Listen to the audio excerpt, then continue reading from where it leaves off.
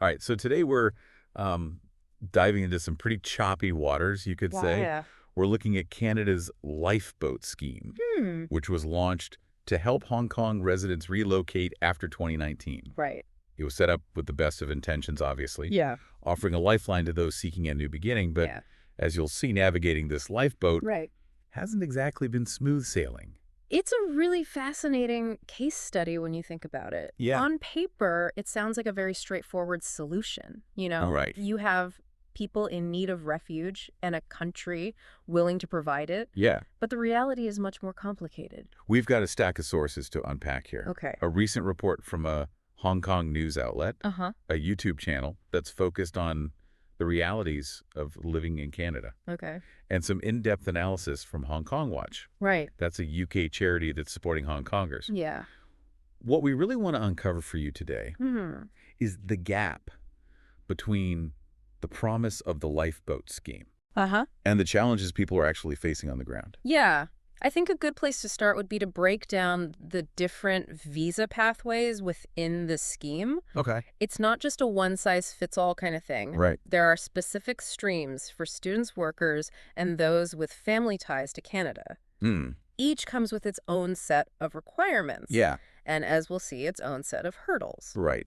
And initially, there was a lot of optimism Oh, yeah, for sure. surrounding the program. That It is was the- designed as a fast track to immigration, right? Absolutely. The core promise was a pathway to permanent residency. Okay. For those who qualified, allowing them to put down roots Uh-huh. and build new lives in Canada. Right. But what's emerging from our sources Yeah. is a stark contrast between that initial promise Hmm. and the reality that many are facing. And that reality includes massive backlogs Oh, yeah? in application processing, with some people waiting over 3 years. Wow. It's like being stuck in a lifeboat with no land in sight. Our sources dive into the reasons behind these delays. Okay. And it's not just a simple matter of resource limitations Right. at processing centers. While those limitations definitely play a role, Right. especially with the sheer volume of applications, Yeah. there's also this uncertainty surrounding immigration quotas. Okay.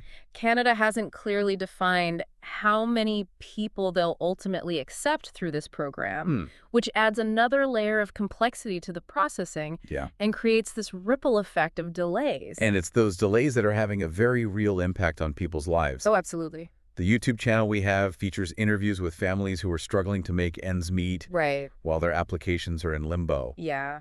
One story that really stuck with me was a parent talking about how their child asked them, "Why are we so poor?" Wow. It's heartbreaking. That really speaks to the emotional toll of this uncertainty. Yeah. These families uprooted their lives, All right. often leaving behind careers and support systems. And now they're facing financial strain and the constant fear of what happens if their visas expire before their applications are processed. It's not just the wait for permanent residency that's causing problems. Right. We're also seeing issues with bridging open work permits Yeah. or BOWPs being denied. These permits were supposed to bridge the gap, Yeah. allowing people to work and support themselves while they waited for their permanent residency applications to be processed. Right. And the criteria for BOWP eligibility are quite specific, Oh, which adds another layer of complexity there. I see. Some common reasons for denial include insufficient evidence of financial need Okay. or not meeting the specific requirements for their visa stream. So without these permits, families are left in a very precarious position. Yeah. They can't legally work, which impacts their income, Right. their ability to rent housing, and even their access to health care. It creates this agonizing catch-22 situation. Right. They need to prove they can support themselves financially to qualify for permanent residency, Yeah. but they're denied the very work permits that would allow them to do so. And this is where the stories from our sources start to paint a pretty grim picture. Yeah. It's like the system is working against them every step of the way. Yeah. This is where the work of organizations like Hong Kong Watch becomes so important. Right. They're not just providing support to individuals, Uh-huh. but also advocating for systemic changes to the lifeboat scheme. They're pushing for greater transparency in the application process, Yeah. clearer guidelines for BOWP eligibility, Right. and of course increased resources to speed up processing times. It's not just charities raising the alarm either. No? Our sources point to a growing movement Yeah. within the Hong Konger community in Canada. Right. They're organizing, Uh, attending town halls, right. meeting with members of parliament, really trying to make their voices heard. It's interesting how their advocacy efforts are evolving. Oh. Initially, the focus was on highlighting the humanitarian crisis Uh-huh. and urging Canada to act swiftly. Yeah. Now it's shifting towards demanding accountability Mm. and pushing for concrete solutions to these bureaucratic bottlenecks. One specific area they're targeting is the quota system. Yeah. There's a real push to get Canada to commit to a specific number of Hongkongers Right. they'll accept through this program. Uh-huh. The argument is that without a clear quota, it's difficult to plan resources, Yeah. allocate staff, Right. and ultimately process applications efficiently. That lack of transparency around the quota Yeah. really feeds into the uncertainty and anxiety that so many families are experiencing. Right. Imagine being in their shoes. Yeah. You've left everything behind, you're trying to build a new life, Uh-huh. but you have no idea if you'll even be allowed to stay long term. It's like being told you have a seat on the lifeboat, but not knowing if it's actually going to reach the shore. Exactly. Yeah. And that brings us to another key aspect Okay. of the advocacy efforts. Mm-hmm. The push for clearer pathways to permanent residency. Mm. Right now, the process feels very ad hoc and unpredictable. From what I'm seeing in our sources, there seems to be a lot of variability Yeah. in how applications are assessed. Right. And the criteria for approval aren't always transparent. Mm. This lack of consistency creates a sense of arbitrariness, Yeah. where some applications seem to sail through while others get stuck in limbo for years. And this is where those personal stories from the Yutra channel become so powerful. Right. They put a human face on the statistics Yeah. and force us to confront the real-life consequences of these systemic issues. Right. It's one thing to talk about backlogs and processing delays in the abstract, Yeah. but it's quite another to hear a parent describe how their child is being bullied at school because of their family's precarious immigration status. It brings it home, doesn't it? It does. It's a reminder that behind every application, Yeah. there's a family, a story, a life that's been disrupted. And those stories are starting to resonate more widely. Mm. We're seeing increased media coverage of the Lifeboat Scheme and its shortcomings, Yes. which is putting pressure on the Canadian government to respond.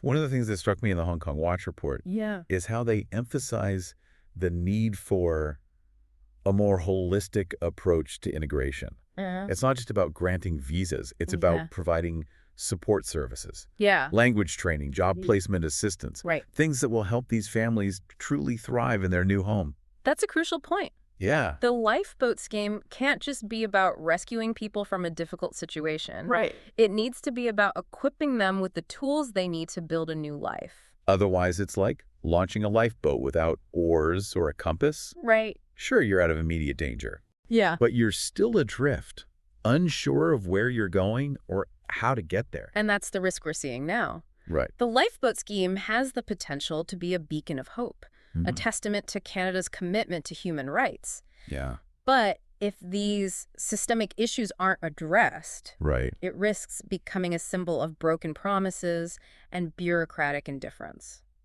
It really does feel like we're at a turning point. Yeah, a critical juncture for sure. Will this lifeboat scheme actually live up to its name? Right. Or will it just become another bureaucratic nightmare? And that's a big question, isn't it? Yeah. It has implications not just for Canada, Right. but for any nation that seeks to offer refuge Yeah. to those fleeing persecution or hardship. Yeah, if we look at similar programs in other countries, Right. like the UK's program for Hongkongers, Yeah. we see a lot of same challenges. Oh, absolutely. Backlogs, uncertainty, families caught in limbo. It seems like we need to have a global conversation Yeah. about how to make these programs more effective.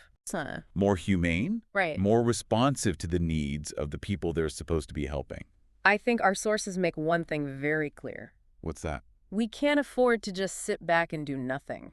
Right. We can't just assume that offering a visa is enough. Absolutely not. We need to be actively engaging with these issues, Mm-hmm. holding our governments accountable, and advocating for the rights of those who are most vulnerable. And it's not just about governments either. Right. Civil society organizations, community groups, individuals. Yeah. We all have a role to play. In shaping a more welcoming and inclusive world. Exactly. One of the most compelling arguments I came across in our sources Yeah. was this idea of viewing refugee resettlement not as a burden, but as an opportunity.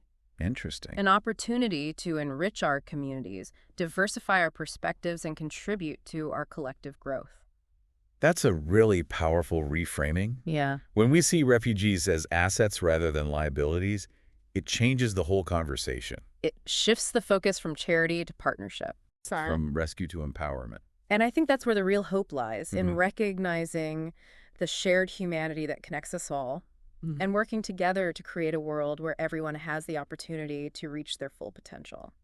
So for all of you listening out there, we'll leave you with this. Okay. The Lifeboat Scheme is just one example of the complexities of immigration in the 21st century. It's a really compelling story. It's a story of hope and resilience, but also a reminder of the challenges we face For sure. in creating a truly just and equitable world. Yeah.